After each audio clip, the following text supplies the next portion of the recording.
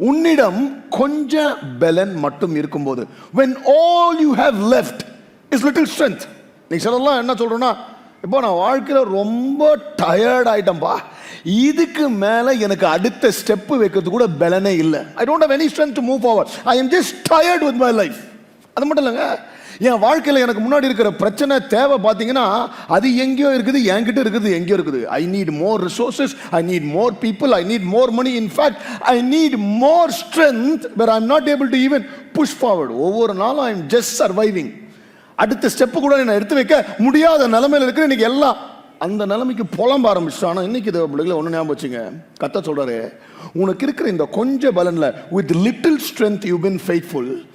ஃபெய்த்ஃபுல்லாக இருந்த நீ இப்போ ஏன் ஃபெய்த்ஃபுல்னஸ் உன் வாழ்க்கையில் பாரு. இது வரைக்கும் திறக்காத கதவுகளை உனக்காக செய்வேன், உன்னால செய்ய முடியாத அற்புதங்களை கத்தர் உனக்காக செய்து காண்பிப்பார்.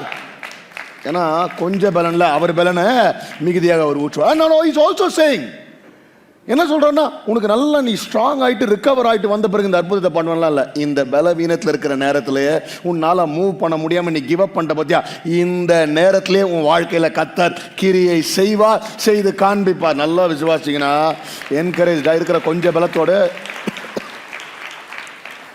நம்ம இருக்கிற என்ன பிரச்சனைனா, எல்லாருக்கும் ஒரு ஈகோ, ஒரு ப்ரைடு இருக்குது. என்னன்னா, நான் ஏன் யார்கிட்ட ஹெல்ப் வாங்கணும்? பார்த்துக்கிறீங்களா? அது எங்கேருந்து வருதுன்னா, எதில் வருது? திமிரில் வருது. சரியா? இப்போ ஒன்றும் இல்லை தம்பி, இந்த வெயிட் தூக்கணும். இந்த பேக் ஆக்சுவலாக வெஸ்டர் என்ன என் கையில் கொடுப்பேன்னு பார்த்தா செம்ம வெயிட் ஆகுது. இப்போ இவ்வளோ ஹெவியாக இருக்கிற பேக்கை தம்பிங்க வாங்க தம்பி, பேக்கை வந்து தம்பிகிட்ட கொடுக்குறேன், அவர் பிடிக்கிறாரு. பார்த்துங்க வெயிட் என் கையில் உங்களுக்கு தெரிஞ்சிருக்காது. இப்போ நான் கேட்குறேன், தம்பி நான் ஹெல்ப் பண்ணுவா?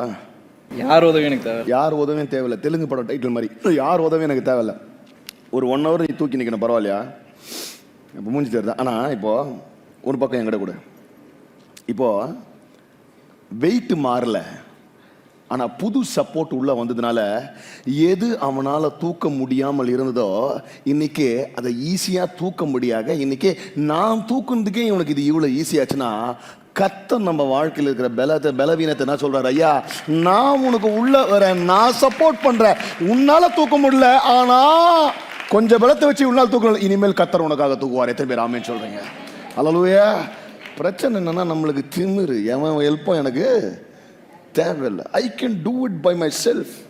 ஐ have the experience, I have the education. இன்னும் கொஞ்சம் கையில் காசு வந்துச்சுன்னா ஐ ஹாவ் த மணி. ரைட்டா? ஐயா, நீ கத்த சொல்றாரு, உனக்கு தேவையில்லாம் என் சப்போர்ட்டை நான் உள்ள வந்தேன்னா காரியங்கள் மாறுதலாக அமையும். இன்னைக்கும் வெளிப்படுத்தல் விஷயத்தில் 7 சபைகள் குறித்து யோவான் பேசுகிறார். There are 7 churches he speaks in the book of Revelation. 7 சபைகளில் ஒரு சபை எஃபெசஸ், we saw last week. எல்லாம் இருக்கு ராஜா, சூப்பர், ஆனால் you lost the first love. ரெண்டாவது church Smyrna, you are good in suffering, அதுக்கு மட்டும்தான் நல்ல கமெண்ட். 3வது பெர்கமம், நீ காம்ப்ரமைஸ் ஆயிட்டா. 4வது தியேட்டிரா, கரப்ஷனு. சார்டிஸ், நீ செத்த சபையா இருக்கிற, உயிரோட கூட இல்லை. Philadelphia, you are faithful.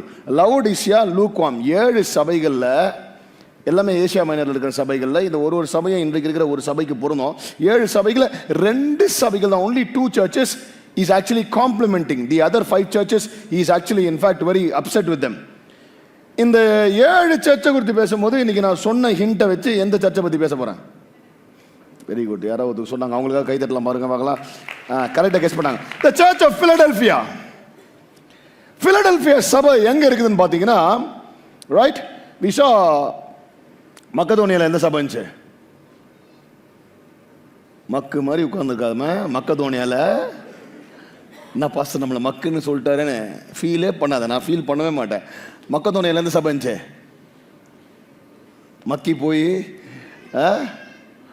Macedonia. நான் அன்றைக்கி எவ்வளோ தெளிவாக உங்களுக்கு ப்ரிப்பேர் பண்ணி படத்தை போட்டு எல்லாத்தையும் காமிச்சு ஒரு ஒரு சர்ச்சில், சரி, ஒரு ஆஃபீஸில் ப்ராஜெக்ட் ப்ரெசன்டேஷன் பண்ணுற அளவுக்கு வாரம் பண்ணுகிறேன். Macedonia is region. அதில் இருந்த சர்ச்செல்லாம் எது? பிலிப்பியன், தெசலோனியன், பெரி, இதெல்லாம் அங்கே இருந்துச்சு. அடுத்தது அக்காயா பார்த்தோம். அக்காயா எது சர்ச்சு? Corinth church. இந்த ரீஜன் வந்து Asia Minor. Sardis, Ephesus, Smyrna, Pergamum இதெல்லாம் இருக்குது. இந்த ரீஜன் பேரு அந்த நாட்களில் லிடியா. அந்த நாட்களில் லிடியாவை நான் கட்டாம விட்டேன். லிடியாவுக்கு பேர்ல ரீஜனே இருந்துக்குது. சரியா, ரீஜன் பேர் Lydia, which is known as a modern Turkey now. Now this city was very important because it was a port city. This city was the main, it held the trade route. அதாவது யார் எந்த வியாபாரம் பண்ணனாலும் trading பண்ணனாலும் இந்த வழியை தான் போவாங்க. Major trade route. They held on to the Greek culture. Okay, கிரேக்க கலாச்சாரத்தை பிடித்து கொண்டு வந்த ஒரு முக்கியமான சிட்டி தான் பிலடெல்பியா சிட்டி. ஆனா இந்த சிட்டியை குறித்து நீங்க பார்க்கும்போது பாத்தீங்கன்னா, என் நேரங்க எடுத்தா இன்னைக்கு காலையில் ஒரு earthquake, நைட்டு ஒரு earthquake, எப்போ பார்த்தாலும் earthquake. நம்ம ஊரில் வெள்ளம் வர மாதிரி, எப்போ மழை வரும் எப்போ போகும் தெரியாத மாதிரி அந்த ஊரில் எப்போ பார்த்தாலும் Philadelphia was surrounded with earthquakes, always experiencing tremors and earthquakes. So most of the people lived outside the city. எல்லாமே சிட்டி வெளில தான் வாழ்ந்தாங்க, ஏன்னா உள்ள இருக்கிற பில்டிங் எப்போ விழும் தெரியாது. ரைட்டா? ஸோ அதுதான் இந்த சிட்டியோட பேக்ரவுண்ட். எப்படி இந்த சபை ஸ்தாபிக்கப்பட்டது? Did Paul plant it? No.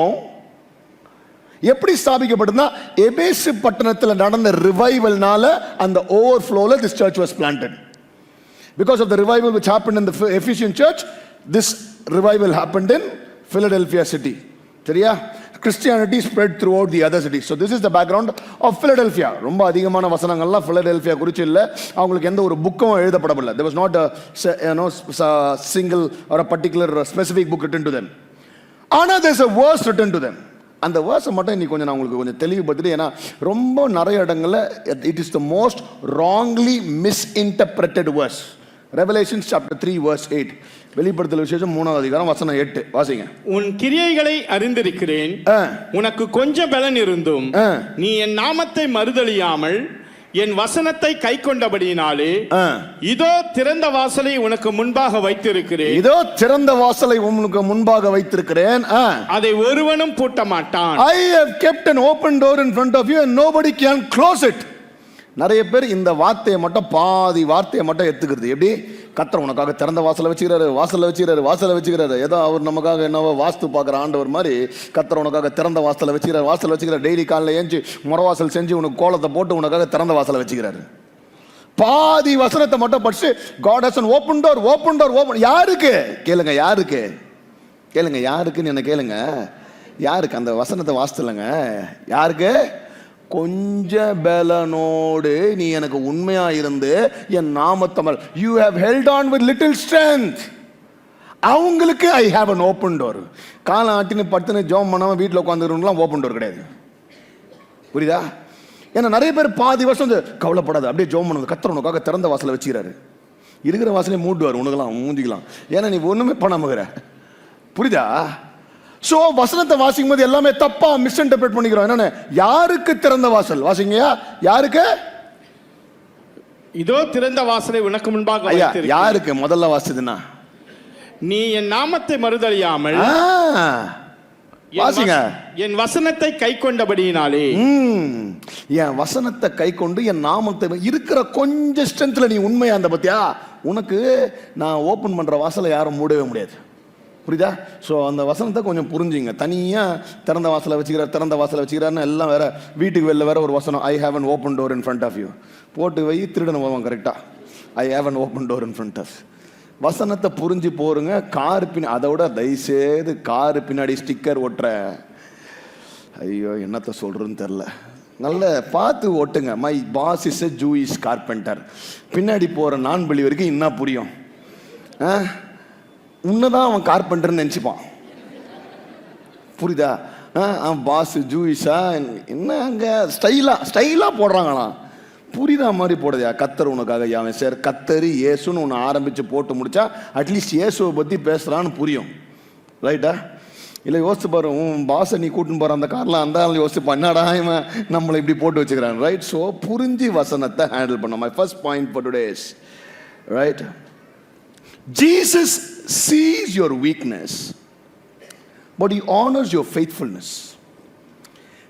Jesus sees your weakness, but he honors your faithfulness. அதாவது தமிழ்ல வாசினா, கர்த்தர் உன்னுடைய பலவீனத்தை காண்கிறார். நீ வீக்கு, உனக்கு பலவீனம் இருக்குன்னு தெரியும். ஆனா அதே நேரத்தில் உங்க விசுவாசத்தை அவர் என்ன பண்றாரு? கனம் பண்ணுகிறார். அதாவதுங்க இன்னைக்கு நிறைய பேர், ஐயோ நான் வீக்காகிறேன்னு சொல்றானா, நீ அந்த வீக்னஸ்லயோ அந்த பலவீனத்திலயோ நீ எவ்வளவு உண்மையா இருக்குது அதை கர்த்தர் பார்த்து நிச்சயமாக கனம் பண்ணுவார். ஆமென். இன்னும் இங்க நிறைய பேர் வீட்டில் வந்து பாத்தீங்கன்னாங்க, நிறைய வீட்டில் அந்த ஒய்ஃப்ஸ்லாம் பார்த்தீங்கன்னா நம்மளுக்கு இருக்கிற பேக் பெயினும் அவங்களுக்கும் இருக்கும், எல்லா பெயினும் அவங்களுக்கும் இருக்கும். ஆனால் பார்த்தீங்கன்னா அந்த பலவீனத்துலேயும் காலைல ஏஞ்சி சமைக்கிறத சமைப்பாங்க, பேக் பண்ணுறதை பேக் பண்ணுவாங்க. நைட்டு வந்து நம்ம பட்டாலும் அவங்க நைட்டு வேலை செஞ்சுருப்பாங்க. அதே நேரத்தில் ஹஸ்பண்ட்ஸும் குறைஞ்சவங்க இல்லை, அவங்க பார்த்தீங்கன்னா வேலை போய்ட்டு அவ்வளோ டென்ஷனில் வருவாங்க, வீட்டில் எதுவும் சொல்ல மாட்டாங்க. ஐயோ ரொம்ப எல்லா பலவீனத்துலையும் கஷ்டத்துலையும் ஹார்ட் அட்டாக்லையும் செஸ்ட் பெயின்லையும் ப்ரெஷர்லையும் நீ என்ன பண்ணிக்கிற? You have been surviving and holding on, you did not give up. புரியுதா? அப்போ கர்த்தர் சொல்றாரு உனக்கு வீக்னஸ் இருக்குது, ஆனால் அதே நேரத்தில் நீ உண்மையா இருந்த பத்தியா, அதை நான் கனப்படுத்துறேன். அதான் வசனம் 3:8 என்ன சொல்லுது? வாசிங்க திருப்பி, நீங்க ஒரே வசனம் நான் வாசிங்க. உனக்கு கொஞ்சம் பலன் இருந்தும் நீ என் நாமத்தை மறுதலியா. அதாவது அவர் வந்து உனக்கு ஏன் கொஞ்சம் பலனை வச்சுக்கிறேன்னு கேட்கல. புரியுதா? ஆண்டவருக்கும் நமக்கும் ஒரு வித்தியாசம் இருக்குது. நம்ம வந்து என்ன பண்ணுவோம், ஏன் நீ ஒல்லியாகிற, ஏன் குண்டாகிற, ஏன் உனக்கு கொஞ்சம் உன் விசுவாசம் ரொம்ப வீக்காகுதுடா, you need to have more ஃபெய்த்டா. உன் ரிலேஷன்ஷிப்பை கட் பண்ணாலும் எனக்கு நல்ல ஃபெய்த்தாக இருக்கும்டா. புரியுதா? You understand? God is not targeting you. He is not saying, hey, you're weak ன்னு சொல்ல. அவனால் சொல்ல, நீ கொஞ்சம் பலன் இருந்தாலும் பரவாயில்லடா. புரியுதா? உன் விசுவாசத்தை நான் ஆனர் பண்றேன், கொஞ்சம் பலன். See, இது God is not saying, see, I need your strength.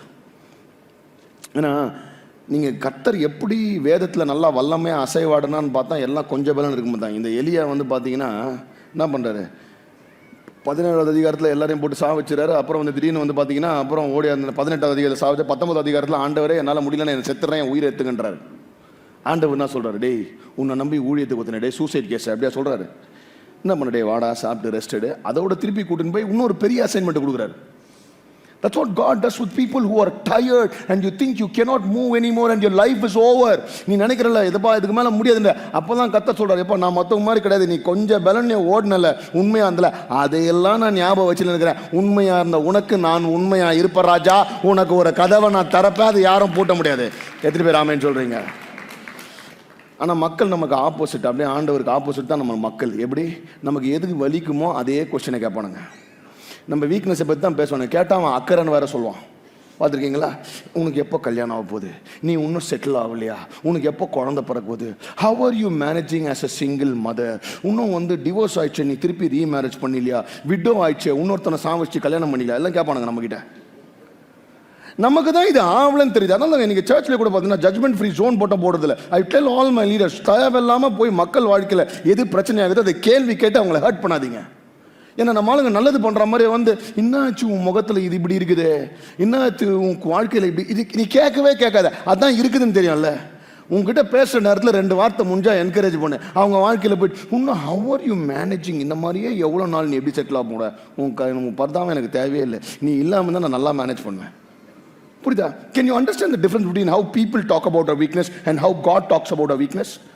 God acknowledges, கொஞ்சம் பலம் தாண்டா, நீ கொஞ்சம் கஷ்டப்படுறடா, இந்த வாழ்க்கையில் உனக்கு இவ்வளோ மோசமாக வந்து நடந்துச்சுடா, இது இவ்வளோ கஷ்டப்பட்டாலும் பரவாயில்லடா அப்படின்ற ஆண்டவர். நம்மளுங்க அங்கே தான் வந்து என்ன இன்னும் நடக்கலையான்னு. Can you understand? People always pinpoint our weakness, but God acknowledges our weakness and He says, boss, I will also honor your faithfulness. எத்தனை பேர் ஆமேன்னு சொல்றீங்க? ஐயா, அவரு நான் எப்போ பலவீனமாக இருக்கிறேனோ அப்போதான் அவர் என்ன பண்ணுறாரு, என்ன என்கரேஜ் பண்ணுற ஆண்டவராக. இப்போ பாருங்க, ஒரு மேரத்தான் ரேஸில் ஆரம்பிக்கும் போது ஒருத்தன் நல்லா ஓடுவாங்க, நல்லா ஆரம்பிப்பான், முடிக்கிற நேரத்தில் வந்து எப்படி இருப்பான் பார்த்தீங்களா, அவன் அந்த லைனை கிராஸ் பண்ணுறதுக்குள்ளே செத்துருவானுன்ற மாதிரி இருப்பானுங்க. அப்படி வந்து முடிப்பான். அப்படி முடிக்கிற நேரத்தில் வந்து பார்த்தீங்கன்னா அப்படி டயர்டாக இருக்கிறவன அந்த டைமில் பார்த்தீங்கன்னா அந்த க்ரௌடு வந்து என்னடா இவ்வளோ டயர்ட் ஆகிற, என்னடா இவ்வளோ வீக் ஆகிற, இன்னும் ஒரு பெரிய மேரத்தான் ரன்னு யோசிச்சா இப்படி சொங்கி போட்டின்னு கத்த மாட்டாங்க. எல்லாம் என்ன பண்ணுவாங்க, come on come on finish finish finish. அந்த க்ரௌடு அந்த வீக்காக இருக்கிற ரன்னரை முடிக்க வைப்பாங்க. ஐயா, இன்னைக்கு இந்த கிரௌடு நம்மளுக்கு கை தட்டுதோ இல்லையோ, நம்ம ஆண்டவர் சொல்றார், எப்பா நான் உன் கூட இருக்கிறேன்டா, நீ முடிப்படா இத, I will make you finish this race. இந்த வீக்னஸ்ல உன்னை I will cheer you louder when you are more tired. Amen. Hallelujah. எனக்குலாம் ஞாயிற்றுக்கிழமை காலையில் ஒரு 4 மணிக்கு பார்த்தீங்கன்னா ஆண்டவர் காலையில் எந்திரிச்சு என்ன சேர் பண்ண ஆரம்பிப்பார். ரீனும் எந்திரி எந்திரி, கவலைப்படாத, ஓடு, என்கரேஜாரு, கவலையப்படாத. நேரத்தெல்லாம் செம்ம ஜோரம், மாத்திரை போட்டு இப்போ எழுந்து மாத்திரை மேலே மாத்திரை தான் போட்டுனேங்கிறேன். ஆனால் ஒவ்வொரு தடவை பார்த்தீங்கன்னா ஆண்டவர் வந்து ரீனு கமான் முச்சலாம் ரீனு இன்னொரு சர்வீஸ், இன்னொரு மீட்டிங், இன்னொரு ஃப்ளைட்டு, முச்சலாம் ரீனு நான் எப்போல்லாம் பலவீனமாக இருக்கணும் என்பது அவர் வந்து ஏன் ரீனு இவ்வளோ டயர்டாகிற, என்ன ஏஜ் ஆயிடுச்சு, அதுக்குள்ளே டயர்ட் ஆயிடுச்சு அப்படின்லாம் கேட்கல. சில நாள் நம்மகிட்ட என்ன வயசாகுது உங்களுக்கு அப்படின்வாங்க. சொன்னால் ரிவர்ஸ் பண்ணிடுவீங்களா, இல்லை லேகியா தான் வாங்கி கொடுக்க போறீங்களா, என்ன வயசாகுது, புரியுதா? My God does not pinpoint my weakness. When I'm weak, He in fact encourages me to finish the line. எத்தனை பேர் ஆமென் சொல்றீங்க? ஹல்லேலூயா. நல்லா ஒரு ஆமென் சொல்லுங்களா. இங்க Jesus is not impressed by how strong you are. He is only moved by how faithful you are even with little strength. புரியுதா? அவர் வந்து நீ ரொம்ப பலசாலி வந்து ஆண்டவரை இம்ப்ரெஸ் பண்ண முடியாது, ஆனால் இருக்கிற கொஞ்சம் பலன்ல உண்மை அந்த பத்தியா அதுதான் கர்த்தரை இம்ப்ரெஸ் பண்ணுது. ஹல்லேலூயா. ரெண்டாவது காரியம், consistency in weakness is more powerful than moments of strength. திருப்பி சொல்றேன், consistency in your weakness. weaknessனா நீங்க அடிக்ஷன்லாம் சொல்ல வரல, பார்த்து சொல்ல வரல, உன் பலவீனத்திலையும் உன் பெயின்லையும் consistency in your weakness is more powerful than moments of strength. தமிழ்ல எப்படி வாசிக்கிறோம், பலவீனத்தின் நேரங்களில் நீ நிலை நிற்ப, அது பலத்தின் நேரங்களில் நிலை நிற்பதை விட பலவீனத்தின் நேரத்தில் தொடர்ச்சியாக நிற்பதே அதிக வல்லமையானது. அதாவது பேசிக்கா என்னன்னா, நீ ஸ்ட்ராங்கா இருக்கும் போது நிக்கிறது மேட்டர் இல்ல, வீக்கா இருக்கும் போதும் எந்திரிக்க முடியாத நிலைமையில டெய்லி எந்திரிச்சு நிக்கிற பத்தியா. ஒவ்வொரு நாளும் you show up, every day you get up, you come and you give your பெஸ்ட்ல, அது இஸ் மோர் பவர்ஃபுல். எப்படி சொல்லுங்க, அது இஸ் மோர் பவர். 3:8 வாசிங்க. உனக்கு இருக்கிற கொஞ்சம் பலன், உனக்கு கொஞ்ச பலன் இருந்தும், கொஞ்சம் பலன் தான் இருக்குது, நீ என் நாமத்தை மறுதலியாமல் என் வசனத்தை கை கொண்டபடியினால். பாருங்களேன், கொஞ்சம் பலன்லயும் நீ கன்சிஸ்டன்டா இருக்கிற, புரியுதா? என்னங்க, ஏன்னா ஆண்டவரை நம்புறான், இருக்குது கொஞ்சம் பலன். வெளில வந்து பார்த்தா ஒரே earthquake, இது உழுது அது உழுது, அவன் சாவறான் இவன் சாவறான், ஒரே நெஞ்சு வலியாகுது. ஆனாலும் நான் ஆண்டவரை விட மாட்டேன். ஏன்னா ஆண்டவர் எனக்கு என்னை காப்பாற்றினா மட்டும் இல்லை, ஆசீர்வச்சா மட்டும் தான் என் ஆண்டவர். சிலர்லாம் lot of people today stop coming to church. Why? அற்புதம் செய்கிற வரைக்கும் ஆண்டவர் நல்லா இருந்தார். என்னைக்கு அற்புதம் நினைச்சா சர்ச்சை நினைச்சு, என்னைக்கு ஆசீர்வாதம் நினைச்சா சர்ச்சை. ஸோ நீங்கள் தான் வந்து ஆண்டவர்கிட்ட என்ன வந்துக்கிறீங்க, எப்பவுமே சொல்கிறேன், சூப்பர் மார்க்கெட் கிட்ட ஆண்டவருக்கு வந்து வந்தீங்க, புரியுதா? When God does not do miracles in your life, when God says pause, when God says stop, அப்பா how faithful are you? புரியுதா? கர்த்தர் எல்லாம் செய்யும் போது, சாட்சிகள் வரும்போது praise the Lord அப்படின்றது முக்கியம் இல்லை. ஐயோ நடக்கலையா, praise the Lord. புரியுதா?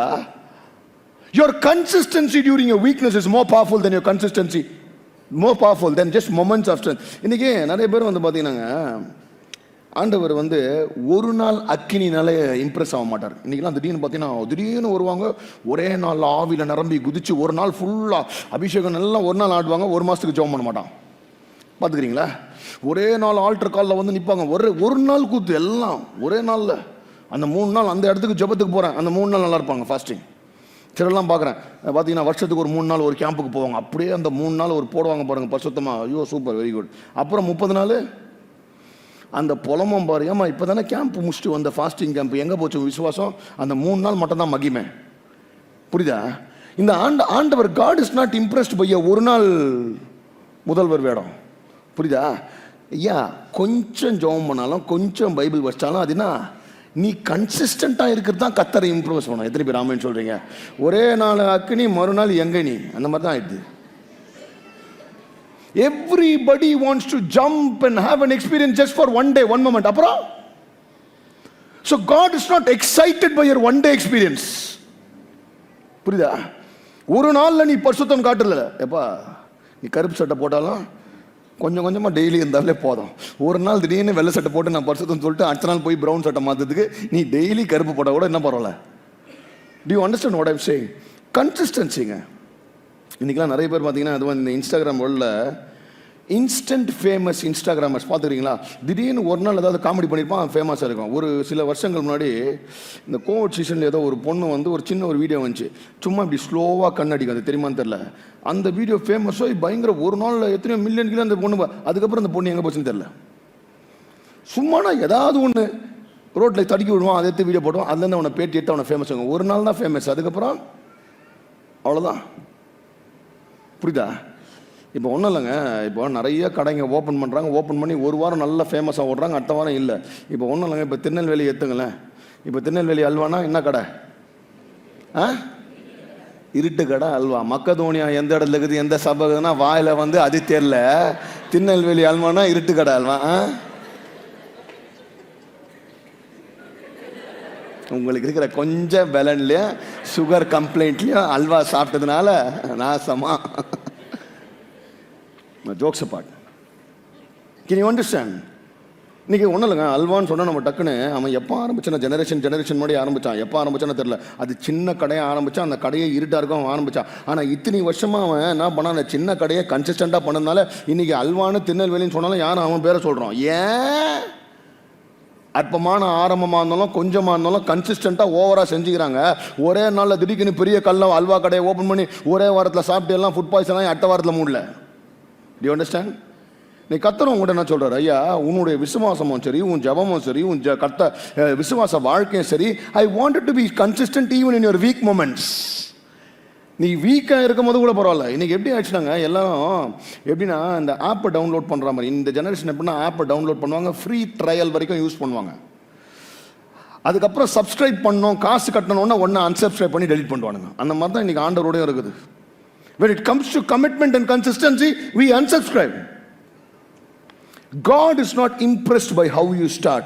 God is impressed by how you stay. நீ எப்படி ஆரம்பிச்சன்றது கர்த்தர் முக்கியம் இல்லை, நீ எப்படி கண்டினியூ பண்ற. You don't have strength, but you didn't walk away.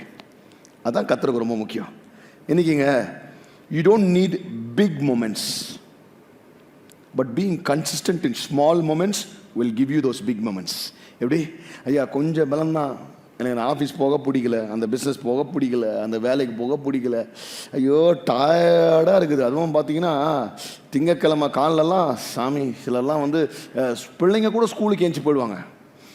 அவங்க ஆஃபீஸ் போகிறத வந்து பார்த்தீங்கன்னா அவ்வளோ கஷ்டமாக இருக்கும். Oh, I know you are tired, but God is saying இந்த ஸ்ட்ரென்த், இந்த சின்ன பலனில் நீ கன்சிஸ்டண்டாக இருந்த பற்றியா. இது நாட் ஜஸ்ட் வித் ஆஃபீஸுங்க, sometimes even in your marriage, even in your family. I am just tired. எவ்வளோதான் ஆண்டவரே, நானும் பொறுத்து பார்க்குது. I am tired of fighting, I am tired of praying ஆண்டவரே. I just want to quit. God is saying no. இந்த டைமில் எல்லாம் you ஸ்டேட்ல அந்த கொஞ்சம் பலனில் நீ பிடிச்சி நின்ன பத்தியா, ஐயா, அது கர்த்தர் வல்லமையை நிச்சயமாகவே உன் வாழ்க்கையில் வெளிப்படுத்த. எத்தனை பேர் ஆமேன்னு சொல்றீங்க? ஹல்லேலூயா. நல்லா கையை வைத்து ஒரு ஆமேன்னு சொல்லுங்க பார்க்கலாம். மூணாவது காரியம், இந்த பலவீனத்தை குறித்து பேசும்போது I invite Ria to talk about the third point. The most important thing here in this third point is that many people are afraid or worried about what their weakness will reveal. But be encouraged today that it will reveal the power of God. நிறைய பேர் அவங்க பலவீனம் எதை வெளிப்படுத்தும்ன்றதை குறிச்சே ரொம்ப கவலைப்பட்டுட்டு இருக்காங்க. But இன்னைக்கு தைரியமா இருங்க, அந்த பலவீனம் கர்த்தரோட வல்லமையை உங்க வாழ்க்கையில வெளிப்படுத்த போகுது. ஏன்னா நிறைய பேர் பலவீனத்தை குறிச்சே நினைச்சு ரொம்ப வரி பண்ணி ரொம்ப பயப்படுறாங்க. What if people think, what will people think about it. எனக்கு பலவீனம், இந்த பலவீனத்தை மற்றவங்க பார்த்தா என்ன நினைப்பாங்க? What will they think about my struggles. என்னை வீக்குன்னு நினச்சிருவாங்களோ, என்னோடய ஸ்ட்ரகிள்ஸை பார்த்து நான் இதுக்கெல்லாம் லாய்க்காக மாட்டேன், வேலைக்காக மாட்டேன்னு நினச்சிருவாங்களோ, என்னை இலக்காரமாக பார்த்துருவாங்களோ. What if people look down upon me. என்னை வேறு மாதிரி பார்க்க ஆரம்பிச்சுட்டா நான் என்ன பண்ணுவேன் அப்படின்னு ரொம்ப கவலைப்பட்டு பயந்து என்ன திரும்ப பண்ண ஆரம்பிச்சிருவோம். நம்ம அந்த பலவீனத்தை மறைக்க ஆரம்பிச்சிருவோம். We start hiding our weakness. மற்றவங்களுக்காக, உலகத்துக்காக we start putting up an image. ஒரு ஸ்ட்ராங் இமேஜ் மாதிரி நம்ம வெளியே உலகத்துக்காக போட்டுருவோம். பட் உள்ள we try to hide our weakness. But நம்ம என்ன தெரியுமா அங்கே பண்ணுறோம்? ஆக்சுவலி எந்த வீக்னஸ், எந்த பலவீனத்தை கொண்டு ஆண்டவர் அவரோட வல்லமையை வெளிப்படுத்தணும்னு நினைக்கிறாரோ அந்த பலவீனத்தை நம்ம மறைக்க ட்ரை பண்ணுறோம். The very weakness that we're trying to hide is the very place that God wants to reveal His glory in our lives. I want to tell you today, church, your weakness is not the end of your story. உங்க பலவீனம் உங்க வாழ்க்கையோட முடிவல, it is the beginning of God's glory to be revealed in your life. Because எந்த இடத்துல நம்ம வந்து ஆண்டவரே இதுக்கு மேலே என்னால் முடியல, I am week, I cannot carry this burden anymore, I cannot do this anymore சொல்லி வந்து அவர் மேலே டிபெண்ட் ஆகிறோம்ல, ஆண்டவரே இனிமேல்ட்டு நீங்கள் தான் ஆண்டவரே, only you can do somethingன்னு நம்ம ரிலை பண்ண ஆரம்பிக்கிறோம்ல, that's when God intervenes and reveals his power in our lives. Because I tell you church today, our weakness is the platform for God to reveal his strength. It's the platform for God to do miracles. நம்ம பலவீனம் தான் ஆண்டவர் அவர் வல்லமையை வெளிப்படுத்துறதுக்கான platform. எத்தனை பேர் என் கூட நம்புறீங்க? ஆமேன். இதுதாங்க வசனமும் சொல்லுது. நீங்க 2 கொரிந்தியர் 12ஆம் அதிகாரம் 9ஆம் வசனம் வாசிப்போமா? 2 Corinthians chapter 12 and verse 9. அதற்கு அவர், என் கிருபை உனக்கு போதும், பலவீனத்திலே என் பலன் பூரணமாய் விளங்கும் என்றார். ஆகையால் கிறிஸ்துவின் வல்லமை என் மேல் தங்கும்படி என் பலவீனங்களை குறித்து நான் மிகவும் சந்தோஷமாய் மேன்மை பாராட்டுவேன். பவுல் என்ன சொல்றாரு? அவர் பலவீனங்களை கொண்டு குறித்து அவர் மிகவும் சந்தோஷம் அடைகிறார். அந்த word of God says he boasts. Paul celebrates his weakness. It's very weird. நம்மளாம் நம்ம வீக்னஸை மறைக்கணும், அதை குறித்து நம்ம எம்பாரஸ் ஆகும் போது, நம்ம அதை குறித்து வெக்கப்படும் போது, மற்றவங்க அதை மாக் பண்ணிடுவாங்கன்னு நினைக்கிற போது பவுல் எழுதுகிறாரு அவர் பலவீனங்களை குறித்து அவர் சந்தோஷப்படுறாரா. ஏன் தெரியுமாங்க? பால் நியூ அ சீக்ரெட். பவுலுக்கு ஒரு சீக்ரெட் தெரியும். அவரோட பலவீனம் தான் அவருக்கு இருக்க அட்வான்டேஜ். ஏன்னா நீங்கள் கொஞ்சம் யோசித்து பார்த்தீங்கன்னா உங்களுக்கு புரியும். கர்த்தர் நிறைய சமயங்களில் நம்ம வாழ்க்கையில் இருக்க பலவீனத்தை எடுத்துட மாட்டார். He won't remove our weakness. பவுலும் இந்த சாப்டரில் தான் எழுதுவார். கர்த்தர் நம்ம பலவீனத்தை நிறைய தடவை ரிமூவ் பண்ண மாட்டார், நம்மளை இக்னோர் பண்ணணும்னு கிடையாது. But that very weakness is what brings us closer to God. அந்த பலவீனம் தான் நம்மளை இன்னும் ஆண்டவர்கிட்ட கொண்டு வருமா. நீங்கள் யோசிச்சு பார்த்தீங்கன்னா உங்களுக்கு தெரியும், நம்ம வாழ்க்கையில் நம்ம ரொம்ப பலவீனமாக இருக்கிற நேரங்களில் தான் அதிகமாக ஜெபம் பண்ண ஆரம்பிப்போம். நம்ம ரொம்ப பலவீனமாக சோர்ந்து போயிருக்க நேரத்தில் தான் ஆண்டவரை நோக்கி பார்க்க ஆரம்பிப்போம். என்னைக்கு நம்ம வந்து in our most weakest seasons is when we meet God more. நம்மளோட பலவீனமான சீசனில் தான் ஆண்டவர் அன்பையும் வல்லமையையும் பவரையும் ப்ரெசன்ஸையும் அதிகமாக ருசித்து பார்த்துருக்கோம். So the very thing that brings you close to God is never a வீக்னஸ்ங்க.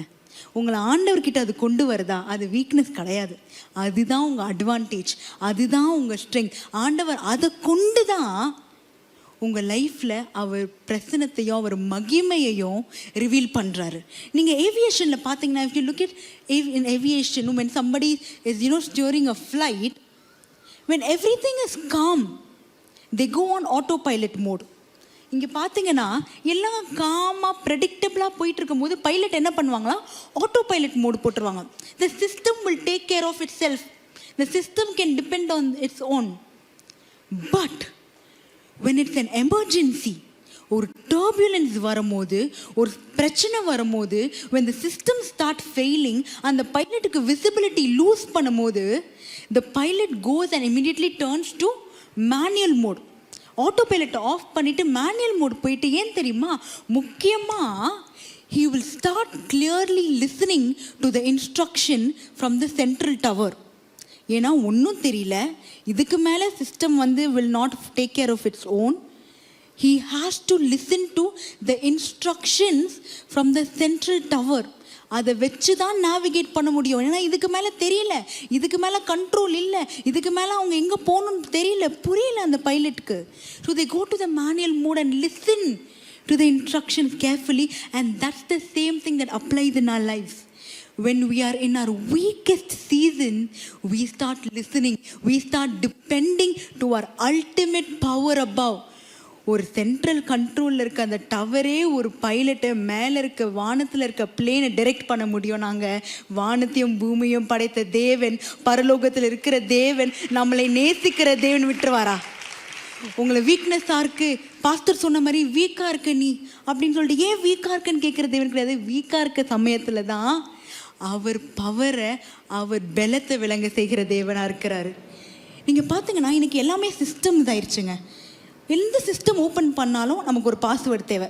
கரெக்டாக உங்கள் ஃபோனாக இருக்கட்டும், உங்கள் லேப்டாப்பாக இருக்கட்டும், உங்கள் ஐபேடாக இருக்கட்டும், எது ஓப்பன் பண்ணாலும் ஒரு சிஸ்டம். உங்கள் பேங்க்கும் ப்ரொடெக்டடாக இருக்குன்னா ஒரு சிஸ்டம்க்கு பாஸ்வேர்ட் தேவை ப்ரொடெக்டடாக வச்சுக்கிறதுக்கு. அப்படி ஆண்டவர் ராஜ்யத்தில் ஆண்டவரோட பவரை அன்லாக் பண்ணணுன்னா அதுக்கும் ஒரு பாஸ்வேர்டு இருக்குங்க. அது என்ன தெரியுமா? நம்ம பெலனோ, நம்ம ஸ்ட்ரென்த், நம்ம டேலண்ட் கிடையாது அந்த password. Dependence is the password that unlocks God's power in your life this morning. நிறைய பேர் என் தாளத்தில் செஞ்சிடலாம், என் பெலனில் செஞ்சிடலாம், என் சுய ஞானத்தில் சாயலாம் நினைக்கிறோம். முடியாதுங்க. முடியலன்னு வந்து நிற்கிற டைமில் turn off the autopilot mode and depend on God, because your weakness is your advantage. Pushes you towards God and depend on God more, and அது மூலியமா ஆண்டவர் வல்லமையை வெளிப்படுத்துகிறார். அதாவது பிரச்சனைன்னும் போது the pilot goes to the control room. ஏன்னா அந்த control ரூம்ல தான் அந்த ஃப்ளைட்டே லேண்ட் பண்ண அவன் கண்ட்ரோல் பண்ணுவான்.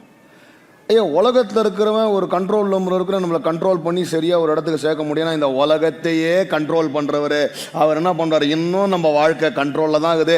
அவர்கிட்ட இருந்து அவுட் ஆஃப் கண்ட்ரோலில் போகவே இல்லை. He still in control. நம்ம பலவீனத்தில் அவர் பலன் விளங்கும்படியாக செய்வார். பகலில் பார்த்து சொல்லுங்க, he still in control. So அதனால don't be worried about your weakness being revealed. In your weakness, his strength will be revealed. ஏன்னா because everybody has some weakness in their life. என் வாழ்க்கையில் வந்து இந்த காரியம் ஆயிடுச்சு, அந்த காரியம் ஆயிடுச்சு, என் பழைய வாழ்க்கையில் எப்படி ஆயிடுச்சு. சிலர்லாம் வந்து பார்த்தீங்கன்னா அவங்கள பற்றி சொல்லவே மாட்டாங்க. ஏன் சொல்ல மாட்டாங்கன்னா, நம்மளை ஜட்ஜ் பண்ணுவாங்களே அப்படின்ட்டு. கவலைப்படாத, உன் வாழ்க்கையை குறித்தோ உன் லைஃப்பை குறித்தோ நீ சொல்லவே தேவையில்லை. புரியுதா? எதை நீ சொல்ல முடியாமல் கஷ்டப்படுறியோ அதில் கர்த்தர் வல்லமை, கர்த்தருடைய பலன் வெளிப்படும்படியாக அவர் பேசுவார். அல்லேலூயா. நாலாவது காரியம், God opens doors that your strength could never open. God will open a door which your strength could never open. தமிழில் வாசிச்சீங்கன்னா இன்னும் உங்கள் பலத்தால் ஒருபோதும், சொல்லுங்க, ஒருபோதும் திறக்க முடியாத கதவை கர்த்தர் உங்களுக்காக நம்ம பலத்தினால திறக்கவே முடியாது. 3:8 என்ன சொல்லுது? இரண்டாவது, இதோ உனக்காக ஒரு திறந்த வாசலை உனக்கு முன்பாக வைத்திருக்கிறேன், அதை ஒருவனும் பூட்ட மாட்டான். என்ன பிரச்சனைனாங்க, நிறைய நேரத்தில் ஒரு அடைக்கப்பட்ட கதவு இருந்ததுன்னா அதுக்கு நம்ம ஃபோக்கஸ் எல்லாமே யாருன்றமா, who is opposing the door, who is blocking the door, யார் நம்மளை எதிர்க்கிறா, யார் அப்போஸ் பண்றாரு. நம்ம ஃபோக்கஸ் மேலாம் எதிர்க்கிறவன் மேலேயும் தடுக்கிறவன் மேலேயும் இருக்குது. ஆனா இன்றைக்கு ஆண்டவர் சொல்றாரு, எதிர்க்கிறவன் மேலேயும் தடுக்கிறவன் மேலேயும் இருக்கிற ஃபோக்கஸை தூக்கிட்டு கதை திறக்கிறவர் மேல உன் ஃபோக்கஸை வச்சுப்பாரு. அவர் அந்த கதவை உனக்காக திறப்பார். ஏன்னா ஐயா, நம்ம we are only worried about, இப்போ ஆஃபீஸில் எடுத்துங்களேன், oh this person is blocking my promotion, this relative is blocking this, இவங்க எல்லாம் என்ன பிளாக் பண்றாங்க. ஐயா, பிளாக் பண்றவன் எவ்வளவு பெரிய ஆளவனா இருக்கட்டும், in my office my boss is blocking this, சரியா, என் வீட்டில் இவங்க தடை பண்றாங்க, ஐயோ அந்த பெரிய ஆளு எனக்கு எதிராக மினிஸ்டரே தடை பண்றாங்க. உன்னை ஞாபகம் வச்சுங்க, தடை பண்றவங்க எவ்வளோ பவர்ஃபுல் நீ பேசாத. உன் ஃபோக்கஸ் எல்லாம் கதவை திறக்கிறவர் எவ்வளோ பவர்ஃபுல்னு இருக்கணும். யார் தடுத்தாலும் யார் நிறுத்தினாலும் எவனும் பூட்ட முடியாத ஒரு கதவை என் அப்பா எனக்காக என் வீட்டில், என் ஆஃபீஸில், என் ஊழியத்தில் திறப்பாரு. My focus should not be upon people who are opposing it. ஏன்னா ஆண்டவர் தானே சொல்றாரு, நான் திறப்பேன் உனக்காக, அதை எவனுமே பூட்ட முடியாது. ஐயோ இந்த ஆசீர்வாதம் போயிடுமா? சிலரெல்லாம் பார்த்தீங்கன்னா ஒரு விஷயத்தை ஷேர் கூட பண்ண மாட்டாங்க. சொல்லிட்டு அப்புறம் நடக்காமல் போயிடுச்சுன்னா, வராமல் போயிடுச்சுன்னா, கிடைக்காம போயிடுச்சுன்னா அந்த மாதிரி சொல்லவே மாட்டாங்க. ஏன்னா என்ன, நம்ம பயம்னா சுற்றி இருக்கிறோம், ஐயோ அவன் கண்ணு வச்சிருவான். இப்போ நீங்கள் இந்த கண்ணுக்கு பயப்படுறீங்களா, இல்லை மேலே இருக்கிற பயப்படுறீங்களா? இவன் கண்ணு, அவர் கண்ணுக்கு முன்னாடி என்ன நம்மளை பண்ண போகுது? அவன் என்ன வேணா வச்சுன்னு போட்டோமே, கண்ணை வைக்கட்டும், காதை வைக்கட்டும், மூக்கு, கிட்னியை கூட எடுத்து வெளில வைக்கட்டும், எனக்கு என்ன வந்துச்சு வெளில. புரியுதா? Don't be focused on who's opposing or blocking the door. Be focused on who's going to open the door. எவனும் பூட்ட முடியாத கதவை என் ஆண்டவர் எனக்காக திறப்பார்னா அவர் திறப்பது நிச்சயம். Hallelujah. அதனால dear children of God, இன்னைக்கு you need to understand that some doors don't open with effort, it opens with access. இப்போ சில பெரிய பெரிய இடங்களுக்கெல்லாம் போனீங்கன்னா நம்மளை உள்ளே விட மாட்டான். ஆனால் அதே இடத்துக்கு ஒரு விஐபியோட போனீங்கன்னு வச்சிங்களா, ஆட்டோமேட்டிக்காக நம்ம மரியாதை, sir please comment sir, sir உள்ள வாங்க சார், இப்படி வாங்க சார், சார் வாங்க சார், வாங்க சார். டேய், முன்னாடி வரும்போது என்னை கண்டுக்கவே இல்லைடா, என்ன டிஃபரன்ஸ்னா, இந்த தடவை அந்த கதவு திறக்க முடியாத என்னோட வந்த விஐபி நிமித்தம் எனக்கு மரியாதை வேற, கதவு திறக்குது. ஐயா, இன்னைக்கு நான் சொல்றேன், எந்த கதவுகள் எங்கெல்லாம் உனக்கு திறக்கலையோ நம்மளுக்கு இருக்கிற விஐபி நம்ம கூட நடந்து வருவாரு. when he comes he will open the door. நமக்கு கிடைக்க போற மரியாதையும் திறக்க போற கதவுகளும் வித்தியாசம். he will give us access. Right? So this morning I want to tell you, this door is not going to open because you tried and you pushed. This door is going to open because God decided he will open it for you. நான் push பண்ணேன், நான் கஷ்டப்பட்டேன், நான் ஜெபம் பண்ணேன், ஒன்றும் கிடையாது. அவர் திறக்கணும்னு முடிவு பண்ணிட்டார். பக்கத்து பட்சத்தில் அவர் திறக்கணும்னு முடிவு பண்ணிட்டாரு.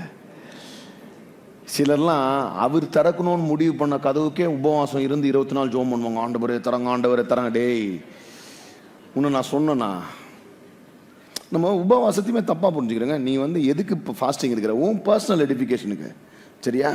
உன் பர்சனல் எடிஃபிகேஷன். ஆனால் ஒன்றா கதவை திறக்கிறதுக்கு ஃபாஸ்டிங், கதவை மூடுறதுக்கு ஃபாஸ்டிங். என்னைக்காவது கத்துறதை போட்டுக்கிறாரா? கதவை திறக்கணும்னா ஃபாஸ்டிங் இருக்குது இல்லையே.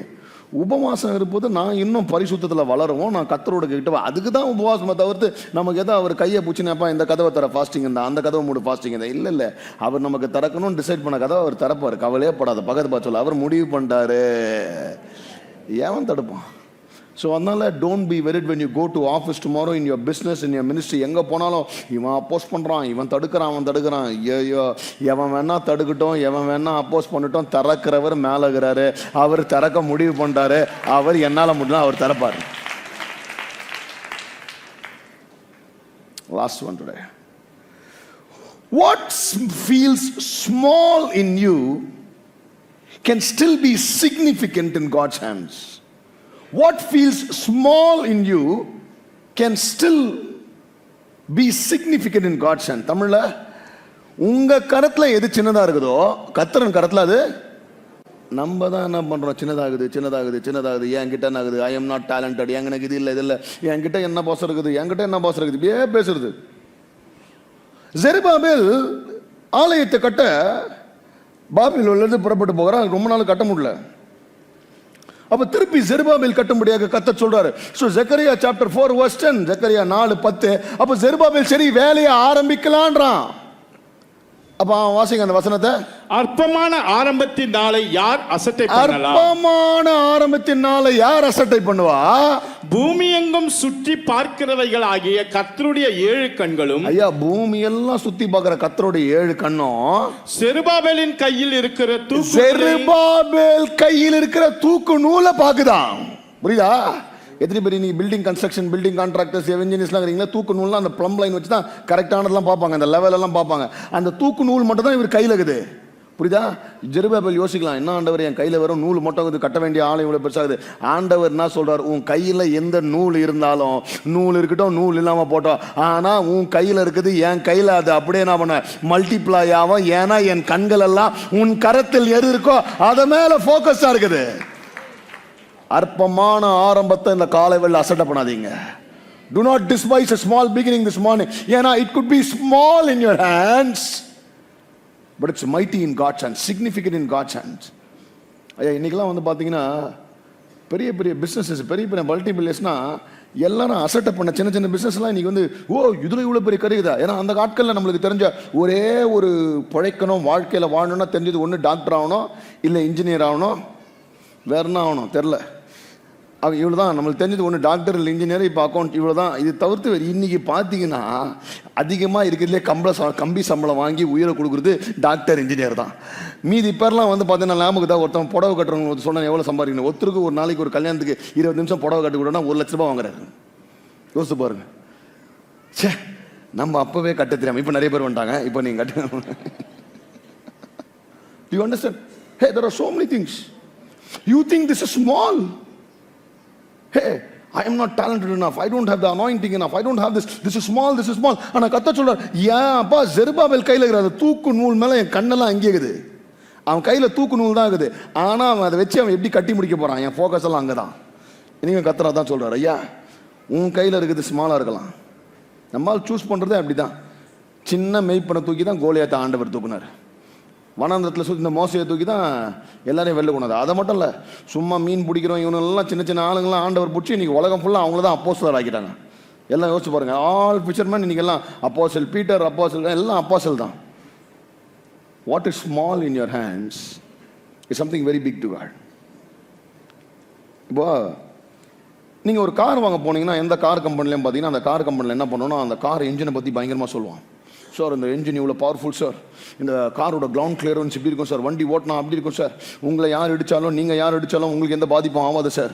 அந்த மாதிரி நிறைய சொல்லுவாங்க, காரை பற்றி பயங்கரமாக சொல்லுவாங்க சார், இவ்வளோ மைலேஜ் கொடுக்கும் அவ்வளோ மடிக்கும், இந்த டயர் சைஸை பாருங்கள் சார், எல்லாம் சொல்லுவாங்க. என்ன தான் அந்த கார் அவ்வளோ பெருசாக இருந்தாலும் ஒன்றே ஒன்று ஞாபகம் வச்சிங்க, இந்த சின்ன சாவி தான் அந்த காரை ஆனே பண்ணும். எவ்வளோ பெரிய காரை வச்சுருந்தாலும் உன் கையில் அந்த சின்ன சாவி இல்லைன்னா ஒன்றுமே பண்ணாது. இன்றைக்கும் ஆண்டவர் சொல்கிறாரு, இந்த சின்ன சாவி கொடுக்குற அந்த இக்னிஷனும் அந்த ஸ்பார்க் தான் உன் கையில் இருக்குது. அதை வச்சு பெரிய வாகனங்களையும் பெரிய மகளைகளையும் என் ஆண்டவர் மூவ் பண்ணுவார், தகர்ப்பார். சின்ன சாவி வச்சு என் ஆண்டவர் செய்வார். All this small key does is a small spark. ஒரு இக்னிஷன் தான் கொடுக்குது. அதை வச்சு வண்டி எவ்வளோ பெருசாக வேணா வச்சுக்கோ, வண்டி எத்தனை லட்சங்கள் கோடிகளில் இருந்தால் கூட சாவி இல்லாமல் ஆகாது. கர்த்தர் சொல்கிறாரு, அவ்வளோ பெரிய மேட்ரு உங்கள்கிட்ட ஒரு சின்ன சாவியை கொடுத்து வச்சுருக்கேன். இன்றைக்கு I want to encourage you. Your strength could be small, but in God's system, these small things can activate big movements. பெரிய அசைவுகளை இந்த சின்ன காரியங்களும் வாழ்க்கையில் கொண்டு வரும். இன்றைக்கும் நான் ஊழியத்தை ஆரம்பிக்கும் போது இன்னி வரைக்கும் எனக்கு மியூசிக் தெரியாது, பாட்டு வராது, சரியா? அப்போ பார்த்தீங்கன்னா, அப்போ ஆண்டவர் பாட்டு கொடுக்கும்போது நான் யோசிச்சதெல்லாம் எல்லாம் ஆண்டவர் என்ன ஆண்டவர் இவ்வளோ பேருக்கு மியூசிக் தெரியும், இவ்வளோ பேருக்கு பாட்டு தெரியும், நம்மளுக்கு பாட்டும் வரல மியூசிக்கும் வரல, என்ன ஆண்டவர்? ஏன் மியூசிக் கற்றுக்க கூட ட்ரை பண்ணேன், நம்மளுக்கு வரல.